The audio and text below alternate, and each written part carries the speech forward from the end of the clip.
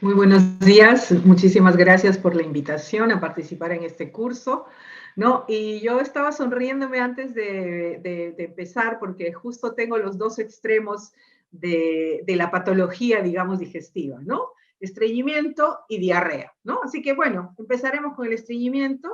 Es un problema sumamente frecuente, ¿no? Nos va a permitir el tener algunos datos importantes. ¿Me avisas si me ven mi presentación, por favor? Sí, doctora. Sí. Ya, perfecto. Entonces, estreñimiento o constipación, como nosotros le denominamos, que viene siendo el que está catalogado como el CIE-10, es un problema súper frecuente en la etapa pediátrica, ¿no? Esta es la agenda que vamos a desarrollar. Empezaremos mirando un poquito lo que es la anatomía y fisiología del aparato digestivo, ¿no? Como ven ustedes, el aparato digestivo creo que es uno de los más extensos del cuerpo humano, ¿no? Tenemos aquí, ¿no?, que comprende desde la boca hasta el ano y tiene diferentes estructuras, ¿no? La cavidad bucal, el esófago, el estómago, el intestino grueso, el intestino delgado y muchas glándulas anexas, dentro de las principales el hígado y el páncreas.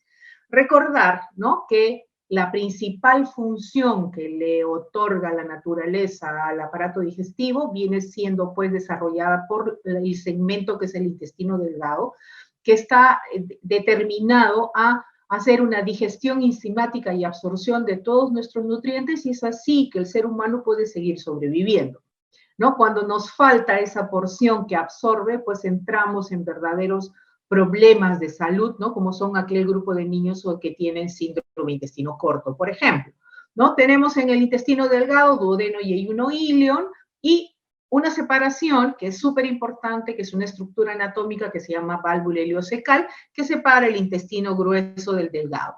El intestino grueso, colon, ¿no?, como técnicamente lo llamamos, ¿no?, tiene mucho que ver principalmente con este problema en relación a la constipación. Es un órgano que principalmente absorbe agua e iones, y eso hace pues que todo el bolo fecal que viene del intestino delgado vaya reduciendo su volumen, y finalmente lo que evacuamos van a ser un pequeño porcentaje nada más de todo aquello que pasa por nuestro tubo digestivo día a día. Además, contiene una parte muy importante que ahora se le da mucho valor últimamente, que es la flora intestinal o microbiota intestinal, como también se denomina actualmente, que fermenta los residuos no digeridos, ¿no? Y en eso es la fibra, y de ahí saca un grupo de nutrientes también, que son los ácidos grasos de cadena corta, que nos sirven para que el colonocito tenga una vida saludable, y sintetiza vitaminas, sobre todo la vitamina K y alguna fracción de la vitamina B. Cuando hablamos de la fisiología de la defecación, también tenemos que recordar que el mecanismo de la defecación es un mecanismo complejo. Son muchas estructuras las que están inmersas y son muchos neurotransmisores y vías nerviosas.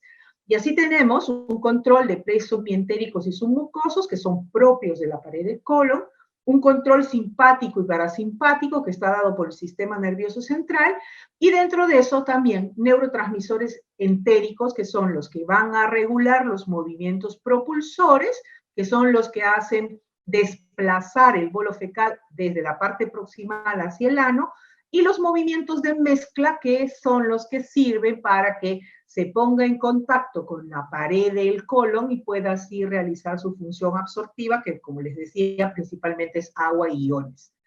Dentro de ese mecanismo de defecación, también tenemos algunas estructuras que no son, digamos, anatómicamente inertes, ¿no? Y esto es principalmente el ángulo que ofrece el músculo puborectal con el pubis, que cuando está en reposo forma un ángulo y hace una barrera continente para que no tengamos mucha propulsión hacia la parte distal, pero el momento de la defecación con las maniobras de Valsalva, ese ángulo puborectal se va a rectificar y va a permitir, porque miren que aquí como está más derecho el colon, va a permitir la salida pues de la materia fecal hacia el ano, ¿sí? Importante recordar esto porque cuando nosotros hacemos esta maniobra de Valsalva, la maniobra más efectiva que se hace es en la posición en cuclillas en realidad, pero nadie defeca en cuclillas, y la segunda es sentado, ¿no? Sentado, pero en un inodoro en donde el niño no esté hundido, ¿no? Sino esté plano, porque si ya está hundido, anatómicamente mi estructura va a estar cerrada y por tanto no voy a poder realizar adecuadamente esta propulsión final que es la que se requiere para la defecación. Miren cuántos pequeños detalles que hay que tener en cuenta al final. Cuando ya tenemos pues transcurrido toda la longitud del colon, entonces nosotros vamos a ver la parte final de la defecación, pero no por ello es menos importante lo anterior mencionado. El bolo fecal llega a la ampolla rectal, como hay una distensión, eso genera el deseo de defecar, ¿no? Se activa el reflejo anal inhibitorio y eso va a permitir la apertura del esfínter anal interno, posteriormente la relajación del esfínter anal externo con elevación del músculo del ano y finalmente el niño defeca, ¿no? O la persona defeca.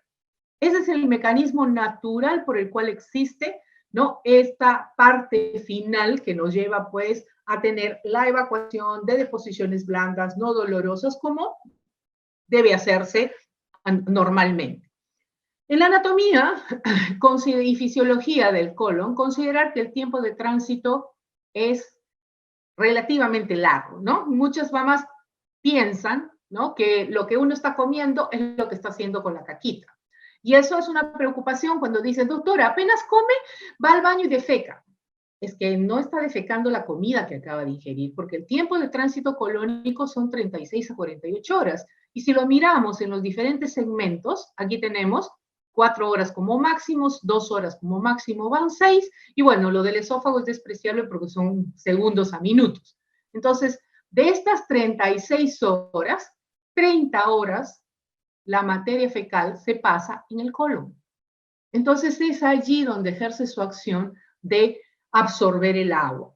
¿Qué factores influyen sobre la motilidad y el tiempo de tránsito? Sí se ha visto que la ingesta elevada de fibra, la personalidad extrovertida y el género masculino tienen un tiempo de tránsito más rápido y una mayor frecuencia de posiciones que aquellas personas que tienen sexo diferente o, bueno, no son tan extrovertidas, digamos, y sobre todo para poblaciones como la nuestra, que lamentablemente, como yo siempre bromeo, ¿no?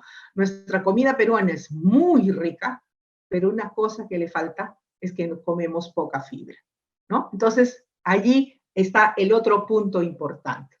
Cuando hablamos también de estreñimiento, tenemos que acostumbrarnos a identificar ciertos factores dentro de esa definición.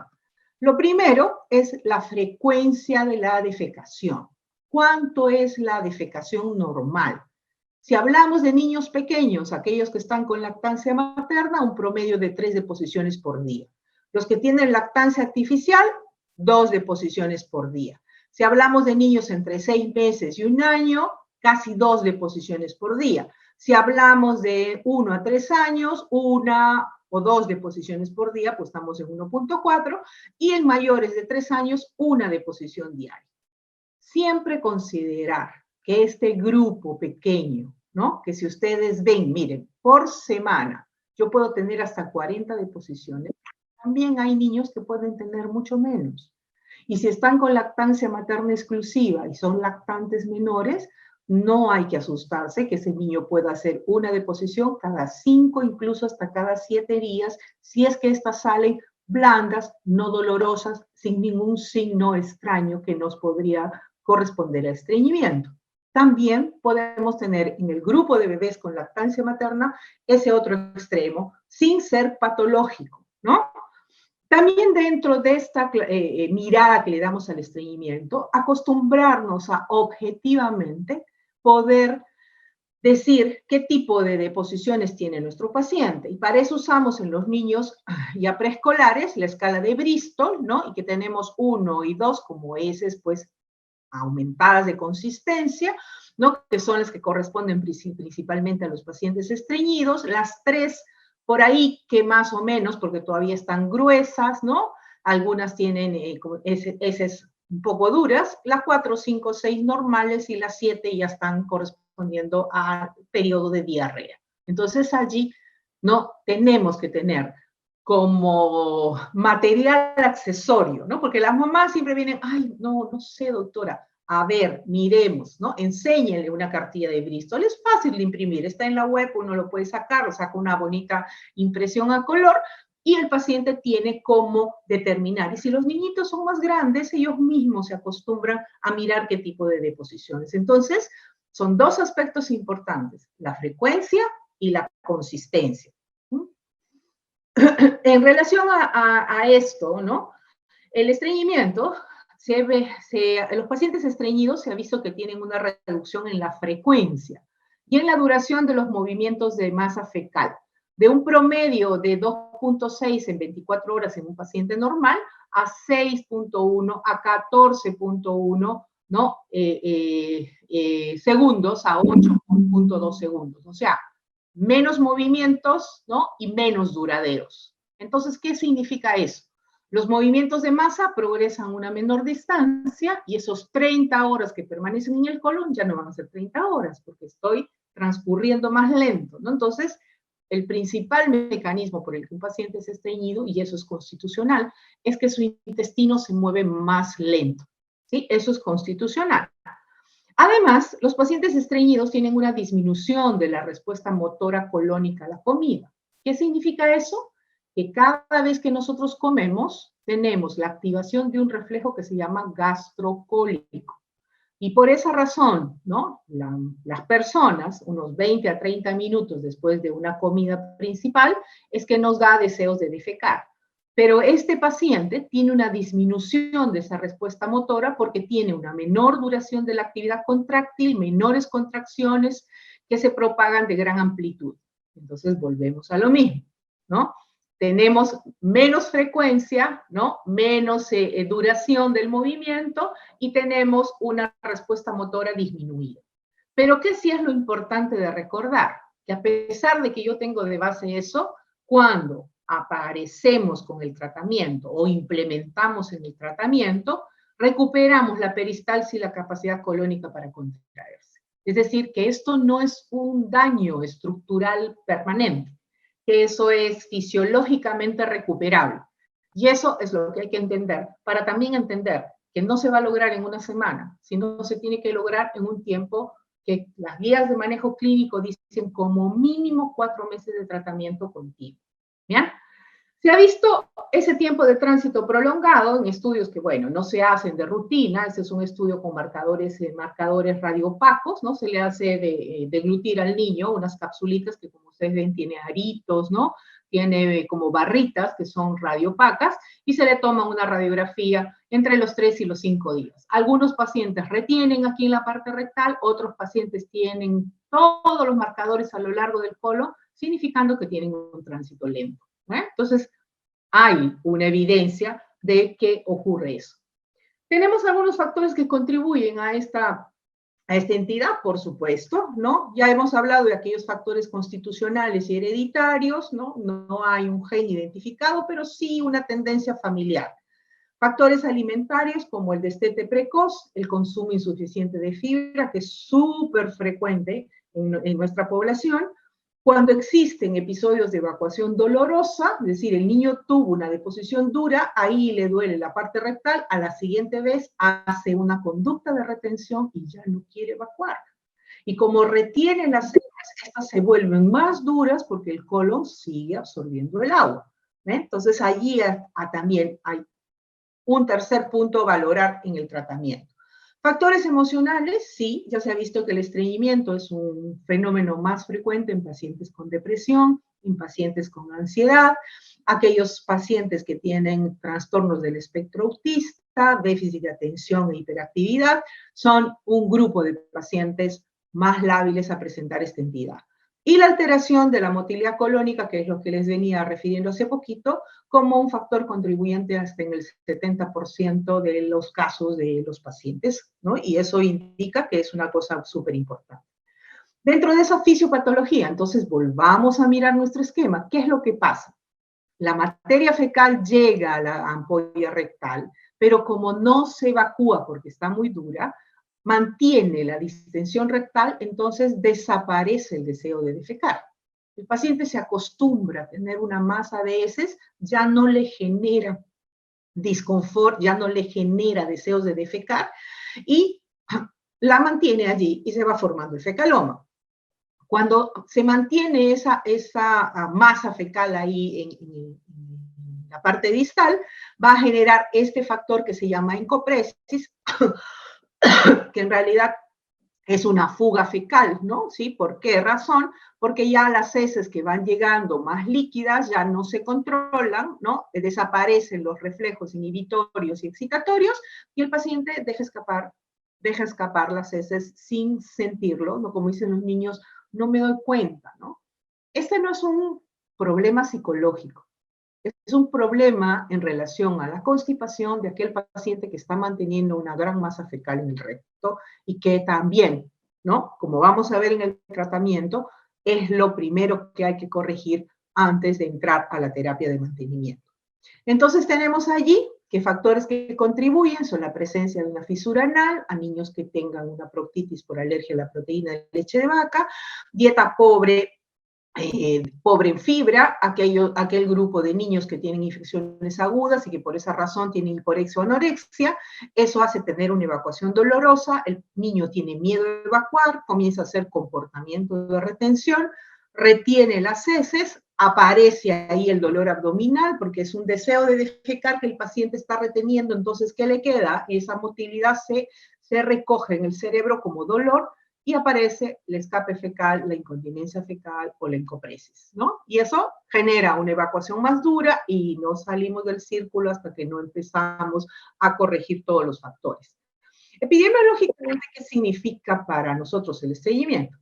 Que representa entre un 3 a 5% de consultas en atención primaria, que para las consultas de la especialidad, entre un 25 y yo diría hasta un poquito más de la mitad, creo yo, ¿no? de consultas en gastroenterología pediátrica, y que hay que acordarse de que aparece a diferentes edades y también pudiera estar relacionado a diferentes etiologías, ¿no? Entonces, que mi niño nunca haya sido estreñido no significa que ahora no lo pueda hacer, ¿no? Porque la mamá dice, pero nunca ha tenido eso. Sí, claro, se presentan en cualquier momento.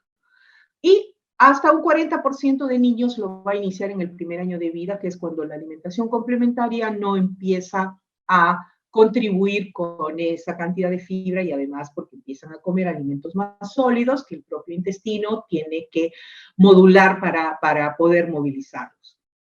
Un dato sumamente importante, ¿no? Que se ve en la parte epidemiológica, que es la causa del estreñimiento de casi la mitad de los cuadros de dolor abdominal que solicitan atención, sobre todo en las emergencias, ¿sí? Entonces, antes de estar pensando que mi paciente pueda tener, pues, ¿qué? Una tumoración, un problema infeccioso de otro tipo, siempre preguntemos cómo defeca. ¿Cómo defeca los días anteriores? ¿Qué dificultades tienes? Y ustedes van a ver cómo allí la causa del dolor salta a la vista, pues, rápidamente.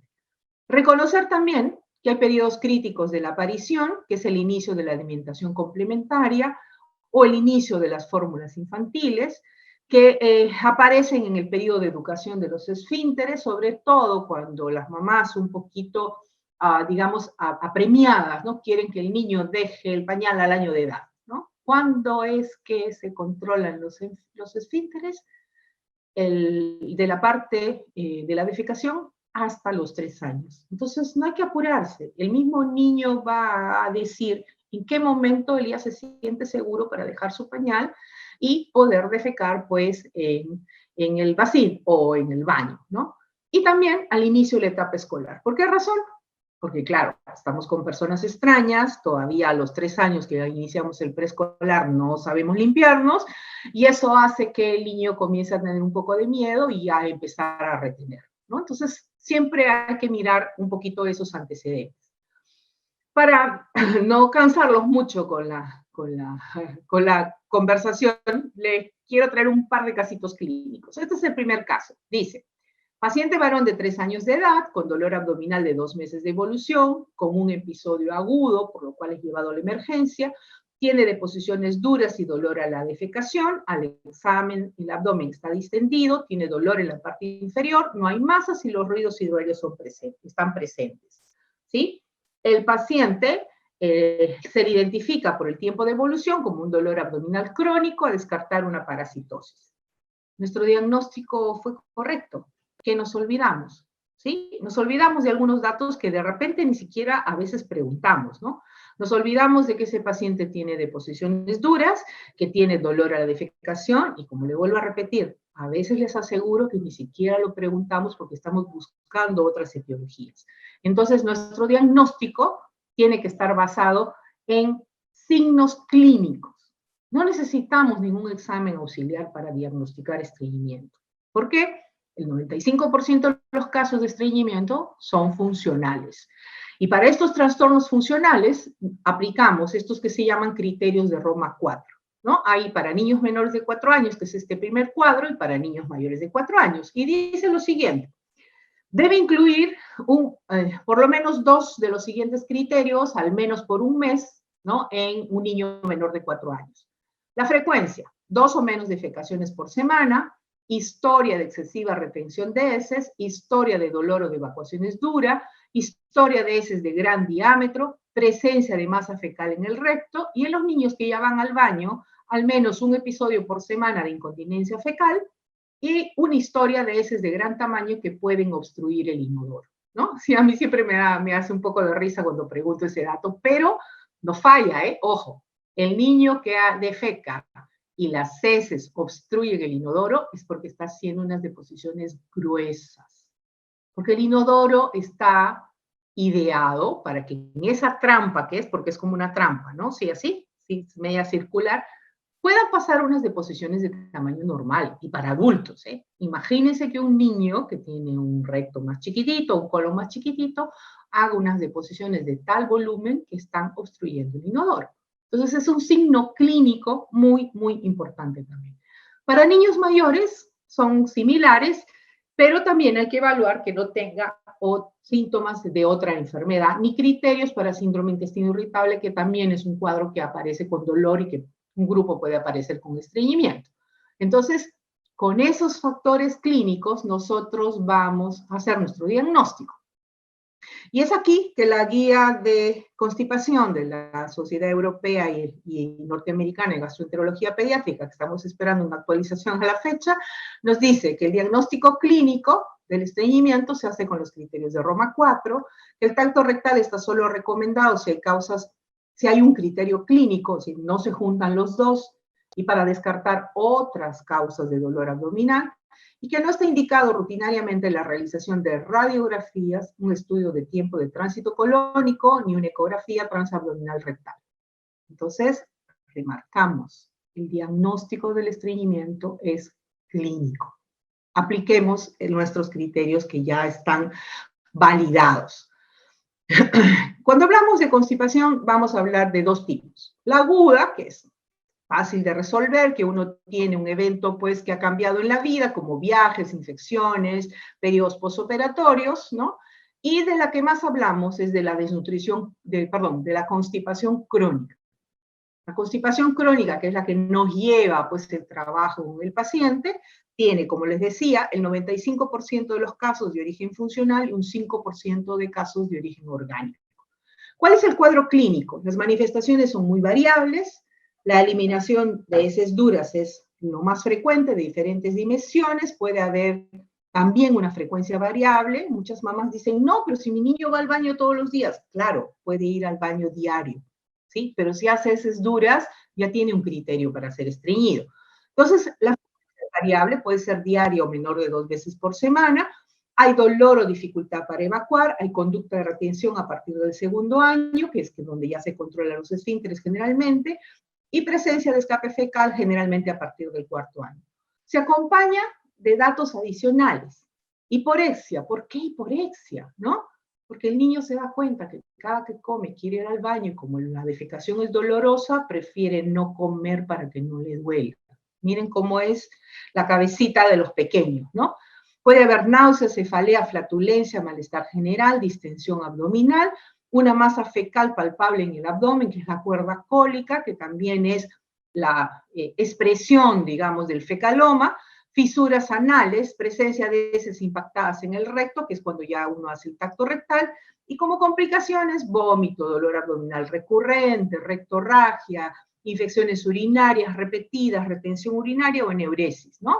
Siempre tratar de buscar el margen anal. Yo siempre les recomiendo, no dejen de evaluar el margen anal, ¿sí? La presencia de fisuras, miren aquí, ¿sí? Hace que nuestro tratamiento muchas veces fracase si es que no las cuidamos y no las curamos.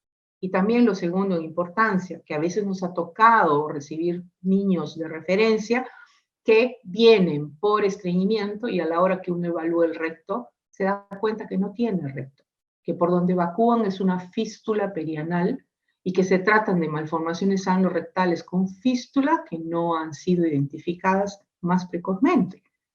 En el último año hemos tenido hasta 3 niños referidos así, ¿no? Los últimos 2 años, digamos, ¿no? Entonces, siempre hay que acostumbrarse a mirar el recto, ¿no? Sí, uno lo mira, ok, está allí, está perfecto, miro si tiene la fisurita, pero como ven, ¿no? Para mirar la fisura uno tiene que poner los dedos al costado del margen anal y estirar el recto, ¿no? Porque normalmente por la fisura el recto se pone hipertónico, no nos deja ver.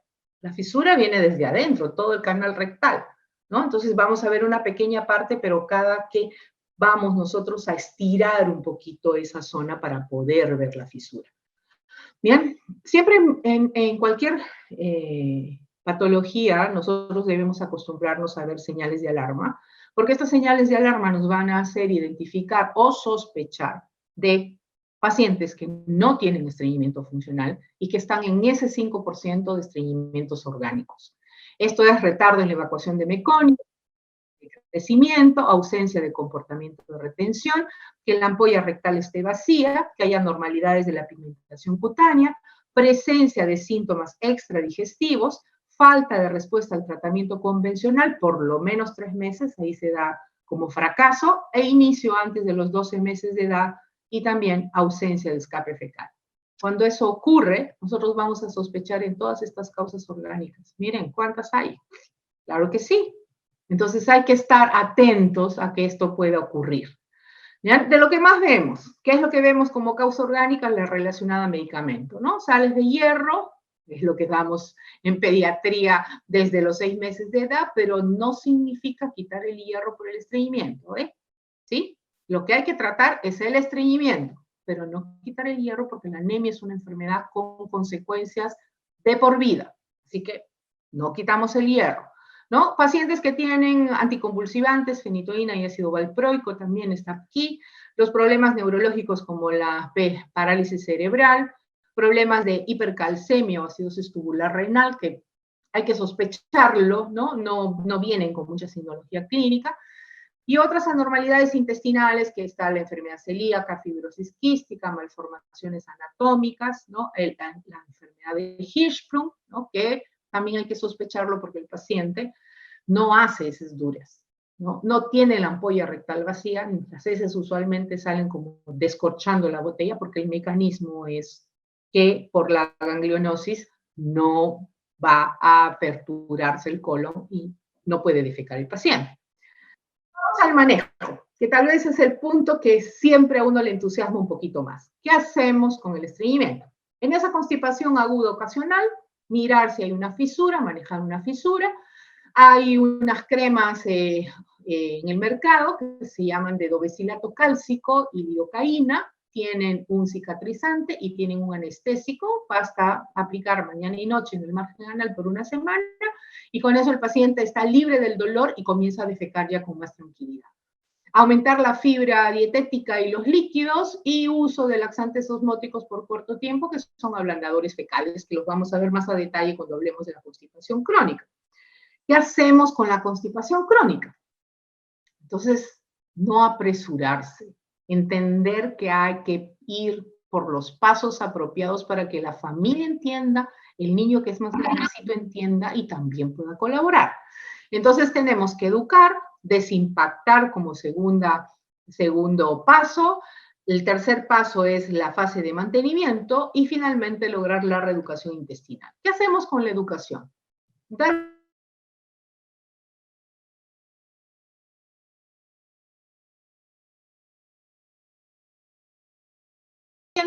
y además probablemente no estamos comiendo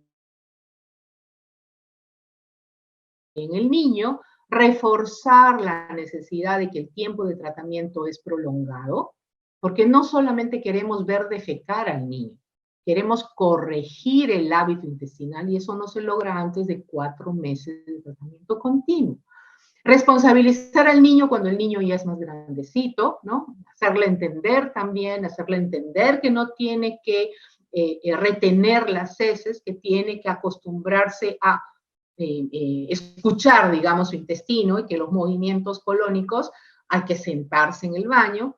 Y nuestro objetivo es lograr con el tratamiento heces diarias, no dolorosas, sin escape fecal, lo que está significando que estamos recuperando el trabajo intestinal normal.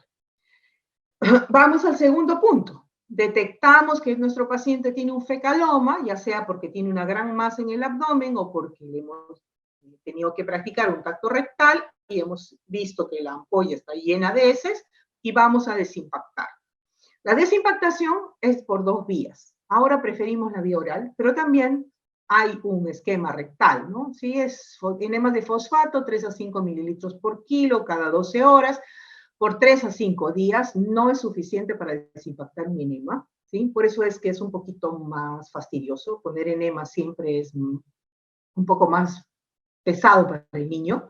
Y por esa razón, y ante tener, digamos, resultados similares, ¿no? La vía oral es ahora la de elección, y la de elección es polietilenglicol con o sin electrolitos, ¿no? Que se dan en dosis un poquito más alta, de 1 a 1.5 gramos por kilo por día, ¿no? Y, o un lavado de polar con polietilenglicol, que se usa en un esquema, bueno, los que hacemos gastroenterología tenemos un poquito más de práctica, digamos, porque lo usamos como un esquema para limpieza de colon y se da 30 a 40 mililitros por kilo por hora, por 3 o 4 horas, con o sin metoclopramida para evitar las náuseas. Y algo súper importante, no tienen efecto los supositorios de glicerina en los niños mayores de 6 meses. Así que no provoquemos gasto y no provoquemos fastidio a los niños, ¿bien? Y en la etapa de mantenimiento, ¿no? Una vez que hemos evacuado todas esas deposiciones duras, vamos a la etapa de mantenimiento. Tenemos aquí los laxantes o osmóticos o ablandadores fecales, que son los que más se recomiendan, polietilenglicol, lactulosa, hidróxido de magnesio, y aquellos estimulantes o catárticos que realmente solamente los usamos en los momentos, digamos, de rescate, ¿no? Jarabe de cena, que no tenemos como preparado aquí, ¿no? Bisacodilo, picosulfato, pero siempre acordarse de las dosis. Si yo doy dosis insuficiente, entonces el medicamento no funciona. Lactulosa, 1 a 3 mililitros por kilo por día. Siempre considerar también que todos dan efectos secundarios, ¿no? Leche de magnesia, igual en la misma cantidad. Polietilenglicol, ¿no? La dosis de mantenimiento 0,4 a 1 gramo por kilo por día, ¿no? Como solución de limpieza de colon, da un poquito más de efectos secundarios. Aceite mineral, que es digamos, un ablandador, ¿no? No lo tenemos tampoco en el Perú, de repente ustedes, un paciente a veces lo trae. Siempre considerar que no está recomendado en menores de 2 años, ni aquellos que tienen problema neurológico, porque se pueden aspirar y hacer una neumonía lipoídica. Para los laxantes catárticos, cena, bisacodilo, ¿no? Supositorios, ninguna dosificación, miren cómo no tenemos aquí, y enemas de fosfato que no están recomendados en menores de 2 años por el riesgo de trauma mecánico de la pared, ¿no? En mayores de 2 años, ¿no? Siempre un poco con supervisión. ¿Qué podemos hablar de los laxantes? ¿No? Siempre nos cuesta un poquito de trabajo mantener un tratamiento prolongado. Dice, no, la mamá dice, no le hará daño, doctora, ¿por qué tiene que tomar tanto tiempo el tratamiento? Hay que entender, número 1, por qué los uso. Y en segundo lugar, que su manejo para cierto grupo de laxantes es inocuo, ¿no? ¿Cuál es la función del laxante? Provocar eliminación de heces y o limpieza fecal. Tenemos de diferentes tipos, formadores de masa, emolientes, lubricantes, estimulantes, que son los llamados purgantes o verdaderos laxantes, y los osmóticos. Se indican en el estreñimiento funcional para preparación de la cirugía de colon, para limpieza de colon para diferentes patologías, ¿no? Como la encefalopatía hepática, por ejemplo, o para procedimientos como radiologías o endoscopías, ¿no? ¿Cuáles son los laxantes osmóticos? Que, como les había dicho, son los de preferencia, son aquellos que atraen agua a la luz del intestino, impiden la absorción del líquido con el que se administra y, por tanto, ablandan las heces. ¿Cuál es el resultado? Incrementa el tránsito intestinal e incrementa, por tanto, la eliminación de las heces. La molécula por excelencia que ahora se ha visto que tiene un mejor manejo, lamentablemente siempre digo eso, ¿no? ¿Sí? Nuestro petitorio nacional considera polietilenglicol con electrolitos o macrobol, ustedes lo pueden mirar, se puede solicitar como macrobol, pero para niños, para el manejo de mantenimiento, está mejor estipulado el que viene sin electrolitos, y por alguna razón desconocida, siendo la misma molécula, no podemos hasta la fecha conseguir una autorización para que ingrese, ¿no? Y yo siempre protesto y le digo, pero si es la misma molécula, lo único que la otra le agrega sodio y esta no tiene sodio. No, a veces hay cosas administrativas que realmente escapan de mi comprensión, ¿no? Este tipo de laxantes, como les decía, ¿no? Tenemos de diferentes presentaciones, también diferentes moléculas. Polietilenglicol es la que mejor funciona a la fecha. Cada molécula del producto adhesiona 100 moléculas de agua y, por tanto, hidrata el contenido del colon, facilita el tránsito colónico y disminuye el dolor defecatorio, ¿no? Ahí tenemos una molécula de polietilenglicol. Cuando se une a las heces duras, ¿no? Miren cuántas moléculas de agua, finalmente hace deposiciones más blandas, deposiciones de mayor volumen, evacuaciones intestinales más frecuentes, y algo súper importante que siempre hay que remarcarle a la familia: no se absorbe, no daña la mucosa intestinal, y como no se absorbe, no va a ningún otro órgano. Su acción es solamente local y su acción prácticamente es solamente física, ¿no? Entonces no tenemos ningún daño del intestino, y por esa razón se puede usar por muchísimo tiempo, prolongado, hasta que el niño controle su trabajo intestinal. Estudios, hay muchos, ¿no? Este es uno que me gusta mucho a mí, polietilenglicol en el tratamiento del estreñimiento funcional de impactación. Son 58 estudios, 24 de ellos en población pediátrica, ¿no? que nos dejan unas conclusiones como que son que el tratamiento de elección es el polietilenglicol a corto y largo plazo en el estreñimiento funcional, tanto en la población adulta como en la pediátrica, así como en la prevención y la resolución de la impactación fecal, que presenta una eficacia similar a otros laxantes comparados, como son leche de magnesia, aceite de parafina, fosfato de sodio, y en la mayoría que se compara con lactulosa es superior a esta. Fármaco seguro, con una incidencia baja de efectos secundarios que son bien controlados cuando uno ajusta la dosis, ¿no? Sí, baja un poquito la dosis y maneja mejor. En la mayoría de los estudios, la aceptabilidad y la tolerancia de los pacientes son superiores al del resto de fármacos analizados, y también, ¿no? Tenemos una revisión Cochrane, que ya data de algunos años, en donde dice que es mejor que lactulosa en la frecuencia de las deposiciones, en la forma, en el alivio del dolor abdominal y la necesidad de productos adicionales, y que debe utilizarse de preferencia en el tratamiento del estreñimiento crónico. Entonces, la guía de manejo que tenemos nos dice que polietilenglicol y enema son igual de efectivos para la desimpactación fecal, pero se recomienda el uso oral por ser más aceptable, que el polietilenglicol es más efectivo que la lactulosa, leche de magnesia, aceite mineral o placebo para etapas de mantenimiento, y que aún no hay un estudio que recomiende de manera general el uso de probióticos y prebióticos en el manejo del estreñimiento. Entonces les traigo aquí para el tratamiento un segundo casito clínico, ¿no? Nos dice: paciente de 9 años de edad, deposiciones duras y dolorosas, presencia de fecaloma al examen físico, 4 meses de evolución, tiene un peso de 35 kilos, y le dimos nuestro diagnóstico correcto, ahora sí, estreñimiento crónico. En el tratamiento le indicamos polietilenglicol, un sobre de 17 gramos por día por 7 días. ¿Nuestro tratamiento fue correcto? No es correcto. ¿Qué fue lo que nos faltó? ¿Qué fueron los errores que hicimos? En primer lugar, si tenemos un fecaloma, nosotros tenemos que dar una dosis de desimpactación. Aquí la dosis indicada es una dosis de mantenimiento.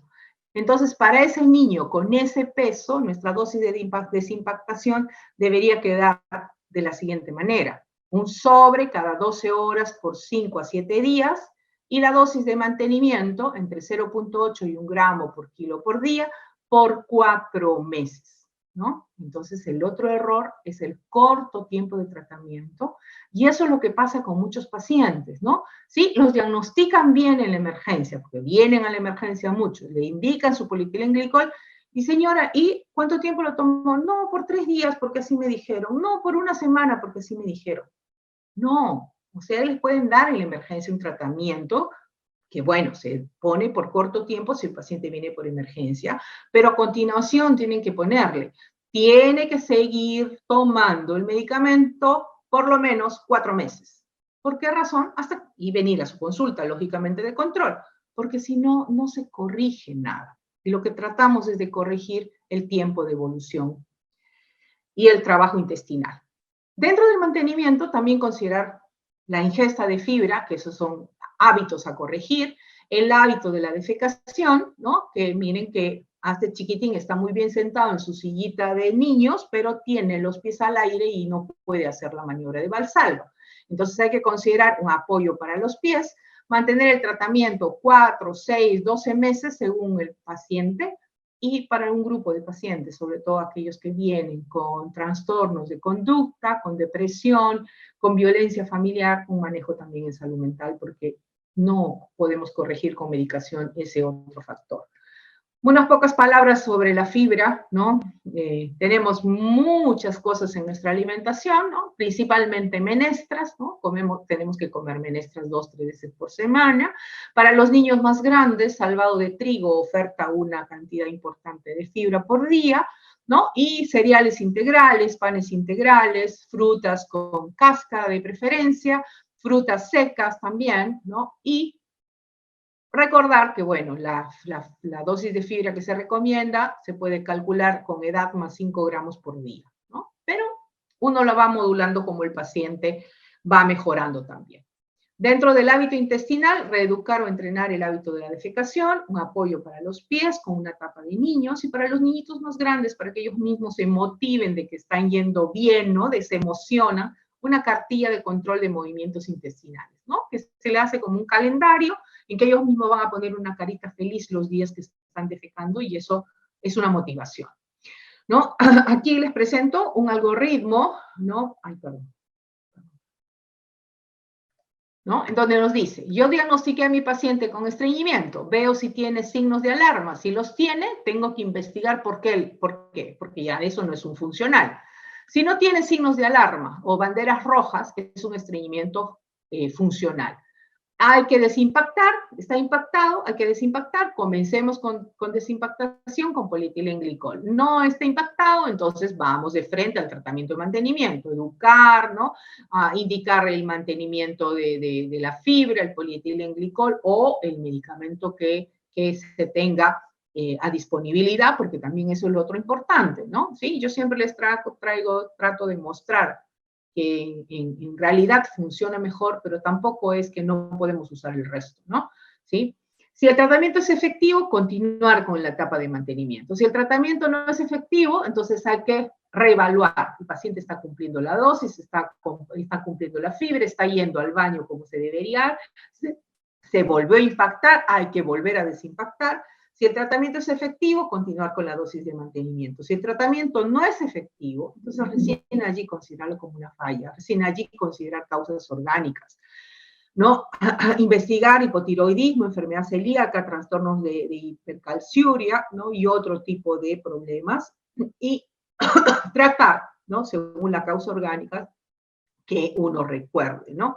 Si no mejora, entonces referir ya a la especialidad porque ya es motivo de hacer otro tipo de pruebas o otro tipo de exámenes. ¿Bien?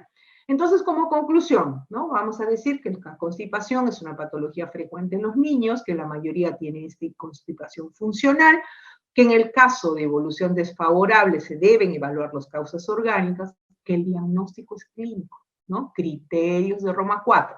Y que la duración adecuada del tratamiento es súper importante, porque recién allí podemos decir que el estreñimiento está corregido, ¿sí? Porque ya hay algo que siempre les digo a las mamás.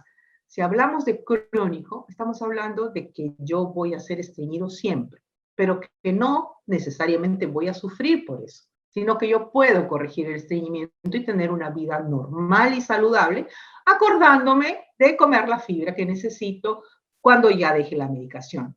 Y que dentro de la medicación se reconoce que el polietilenglicol en las diferentes guías de práctica clínica es el medicamento de elección a la actualidad para el tratamiento, ¿no? Muchísimas gracias por su atención, ¿no? Y si hay alguna pregunta sobre el tema, acá estoy para poder conversar con ustedes. Doctora, para recordarles al resto de que pueden hacer en este momento sus preguntas.